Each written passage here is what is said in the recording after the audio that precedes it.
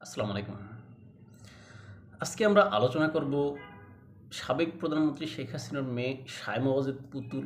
তিনি বিশ্ব স্বাস্থ্য সংস্থা বা ওয়ার্ল্ড হেলথ অর্গানাইজেশনে তিনি এই যে দক্ষিণ এশিয়ার আঞ্চলিক পরিচালক হিসেবে ছিলেন, তাকে অন্তর্বর্তীকালীন সরকার দুর্নীতির অজুহাত দেখিয়ে বা আমাদের দুর্নীতি দমন কমিশন তার বিরুদ্ধে বিভিন্ন দুর্নীতির বিষয় দেখিয়ে এই যে আন্তর্জাতিক এই ওয়ার্ল্ড হেলথ অর্গানাইজেশন বা এই যে আন্তর্জাতিক স্বাস্থ্য সংস্থাতে সেখানে তারা চিঠি দিয়েছিল। চিঠির পরিপ্রেক্ষিতে এই যে সায়মা ওয়াজেদ পুতুলকে তখন ওয়ার্ল্ড হেলথ অর্গানাইজেশন সাময়িক সময়ের জন্য মানে অনির্দিষ্টকালের জন্য ছুটিতে রেখেছিলেন। এই বিষয়টি আমরা আলোচনা করব। আশা করি আপনারা সম্পূর্ণ ভিডিওটা দেখবেন।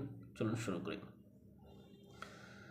আপনারা জানেন আওয়ামী লীগ সময়ে বা আওয়ামী লীগের সময়ে বাংলাদেশের ভিতরে যে সমস্ত কর্মকাণ্ড ঘটেছে সেই সমস্ত কর্মকাণ্ড নিয়ে বিতর্কিত থাকতে পারে, বিতর্কিত রয়েছে।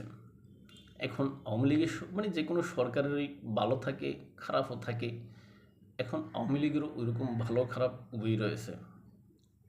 এখন সেই আওয়ামী লীগ ফ্যামিলির সন্তান বা সাবেক প্রধানমন্ত্রী শেখ হাসিনার কন্যা সায়মা ওয়াজেদ পুতুল সেই বিশ্ব স্বাস্থ্য সংস্থায় নিয়োগ পেয়েছিলেন আওয়ামী লীগ সরকার পতনের অল্প কিছুদিন আগেই।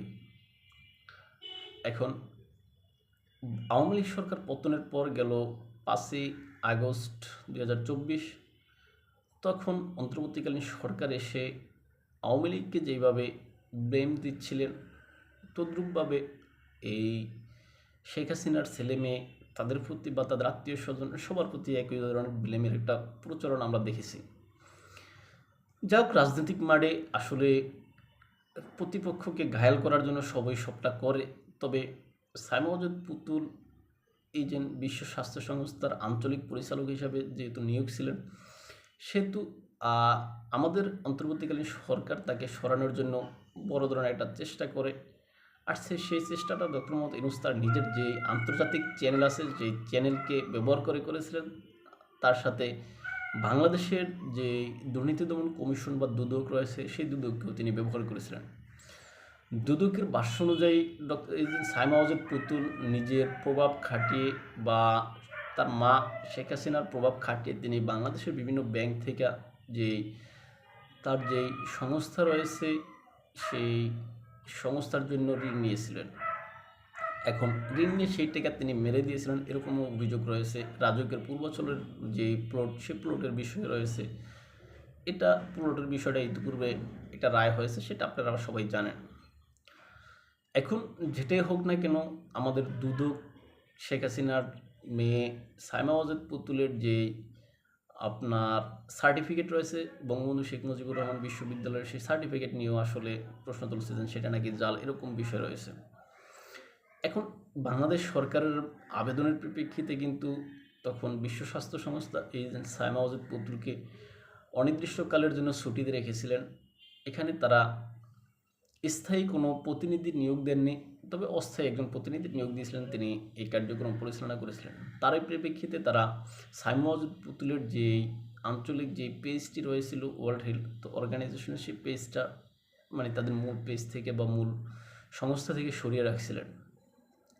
দর্শক, এখানে আলোচনার বিষয় যে সাম্প্রতিক সময়ে ওই পেজটি আবার ওয়ার্ল্ড হেলথ অর্গানাইজেশন আবার সক্রিয় করেছে, তাদের মূল পেজের সাথে সংশ্লিষ্ট মানে যুক্ত করেছে, যার কারণে অনেক বিশেষজ্ঞ বা অনেক বিশ্লেষক এটাই ইঙ্গিত দিচ্ছেন যে সায়মা ওয়াজেদ পুতুল আবারও বিশ্ব স্বাস্থ্য সংস্থায় ফিরেছেন বা ফিরতে যাচ্ছেন।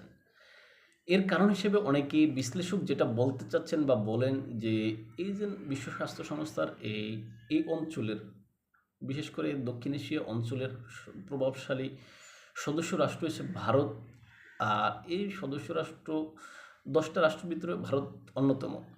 এখন এই ভারতের আবেদনের পরিপ্রেক্ষিতে ভারতের বিভিন্ন যে প্রশ্ন, যে সায়মা ওয়াজেদ পুতুলকে একটা রাষ্ট্রের আবেদনের পরিপ্রেক্ষিতে কেন বিশ্ব স্বাস্থ্য সংস্থা এখান থেকে সরিয়ে নিয়েছে, কেননা এখানে সদস্য রাষ্ট্র ছিল 10টা রাষ্ট্রের ভিতরে একটা রাষ্ট্র আবেদন করতেই পারে। সেক্ষেত্রে যাচাই বাছাই করে এটা একটা ব্যক্তিকে সরিয়ে দেওয়ার জন্য অনেক সময় লাগে। কিন্তু এই যে সাইমা ওয়াজেদ পুতুলকে সরিয়ে দেব কথাটা আসলে ভুল হয়েছে এখানে, মানে ছুটিতে পাঠানোর বিষয়টা আর কি।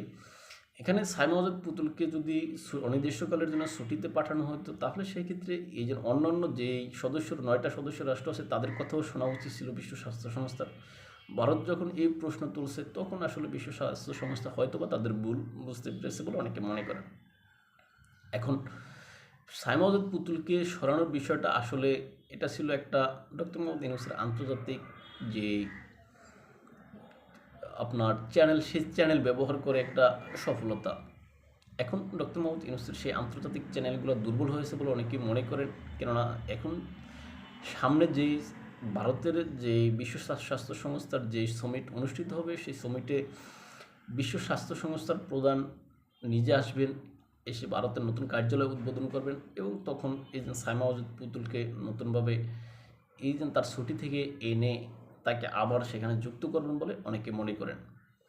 এখন যদি সাইমা ওয়াজেদ পুতুলকে আবারও নিয়োগ করা হয় তাহলে ডক্টর মোহাম্মদ ইউনূসকে আবারও কোনো চাল চালবেন কিংবা সেটা হয়তো দেখা যাবে সামনে। দর্শক, এই অঞ্চলের যে 12টা রাষ্ট্র, এই 12টা রাষ্ট্র 10টা রাষ্ট্রের ভিতরে শুধুমাত্র বাংলাদেশের আবেদনের প্রেক্ষিতে যেহেতু বিশ্ব স্বাস্থ্য সংস্থা সাইমা ওয়াজেদ পুতুলকে সরিয়ে দিয়েছিলেন, এই জন্য আসলে ভারত এটা নিয়ে প্রশ্ন তুলছে।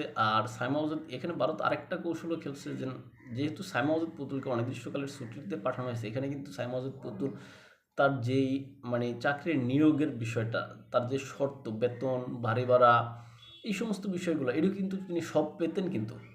অর্থাৎ যারা মনে করতেন যে এজেন্ট গেল 16 মাস বা 15 মাস সাইমা ওয়াজেদ পুতুল কোনো সুযোগ সুবিধা পাননি বিশ্ব স্বাস্থ্য সংস্থা থেকে, এটা আসলে ভুল কথা। অর্থাৎ সাইমা ওয়াজেদ পুতুল কোনো কাজ না করে তিনি তার বেতন, ভাতা, সুবিধা সব পেয়েছেন। এখন ভারত এটা নিয়েও প্রশ্ন তুলছে। এখন সেই প্রশ্নের পরিপ্রেক্ষিতে এবং সকল পক্ষের কথা শোনার জন্য ভারত যেই অনুরোধ জানিয়েছে বা সাইমা ওয়াজেদ পুতুলকে আবার তার যে কর্মক্ষেত্র সেখানে নিয়ে আসার জন্য যে অনুরোধ জানিয়েছে সেই অনুরোধ রক্ষা করে সাইমা ওয়াজেদ পুতুলকে আবার হুতে নিয়ে আসছে বলে অনেকে মনে করেন। এখন যদি সেটা হয় বা সেটা যদি সামনে দেখি যে আমরা বিশ্ব স্বাস্থ্য সংস্থায় সাইমা ওয়াজেদ পুতুল আবার তার কর্মজীবন শুরু করেছেন, তাহলে এটা আমরা ধরে নিতে পারি যে আমাদের অন্তর্বর্তীকালীন সরকার তার যে সাময়িক সফলতা, সেই সফলতা আসলে ম্লান হচ্ছে। কেননা তিনি যে কৌশল ব্যবহার করে সাইমা ওয়াজেদ পুতুলকে এখানে তার মা শেখ হাসিনার রাজনৈতিক আহ, মানে রাজনৈতিক যে কর্মকাণ্ড, সেই কর্মকাণ্ডের সাথে সাইমা ওয়াজেদ পুতুলকে জোড়াতে চাচ্ছেন বা চেয়েছিলেন, সেখান থেকে তারা ব্যর্থ হচ্ছেন বলে অনেকেই মনে করেন। এখন যদি এটা হয় তাহলে ডক্টর মোহাম্মদ ইউনূসের যে আন্তর্জাতিক পরিমণ্ডলে তার যে সুখ্যাতি বা তার যে সুনাম, তার যে প্রভাব রয়েছে বলে সেটা ম্লান হচ্ছে। আর এর প্রভাবটা আসলে সামনে আরও অন্যান্য বিষয়ে বাংলাদেশের উপরে পড়বে। কেননা ডক্টর মোহাম্মদ ইউনূস যেই বিষয়টাকে কেন্দ্র করে সাইমা ওয়াজেদ পুতুলকে সরানোর জন্য বলেছেন, সেই বিষয়গুলো আসলে যে শুধু রাজনৈতিক ছিল এটা বিশ্ব স্বাস্থ্য সংস্থা বুঝতে পারবে বা বুঝবে।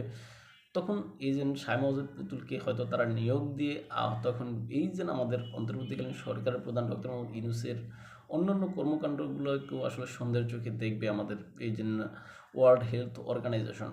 এখন সেই সমস্ত আন্তর্জাতিক পরিমণ্ডলে এই যে ভারতের সাথে যে কূটনৈতিক ব্যর্থতা আমাদের রয়েছে, সেই কূটনৈতিক ব্যর্থতার ভিতরে ভারত যদি এখানে এই ওয়ার্ল্ড হেলথ অর্গানাইজেশনে সাইমা ওয়াজেদ পুতুলকে আবার ফিরিয়ে দিতে পারে বা আবার এখানে তাকে যুক্ত করতে পারে, সেটা ভারতের জন্য এক প্রকার সফলতা হবে। আমাদের বাংলাদেশের জন্য সেটা আন্তর্জাতিক কূটনীতির একটা ব্যর্থতা হবে, এটাই বোঝা যায়। এখন আমাদের অন্তর্বর্তীকালীন সরকার নতুন কোনো চাল চালবে কিনা, সেখানে সাইমা ওয়াজেদ পুতুলকে সরানোর জন্য আর কোনো প্ল্যান এ তো ব্যর্থ হচ্ছে, প্ল্যান বি, প্ল্যান সি যদি থাকে সেটা হয়তো তারা চালবে। সেই চালে দেখা যাবে যে ভারতটিকে নাকি আসলে এই যে আমাদের বাংলাদেশটিকে, সেটাই হয়তো দেখার বিষয়।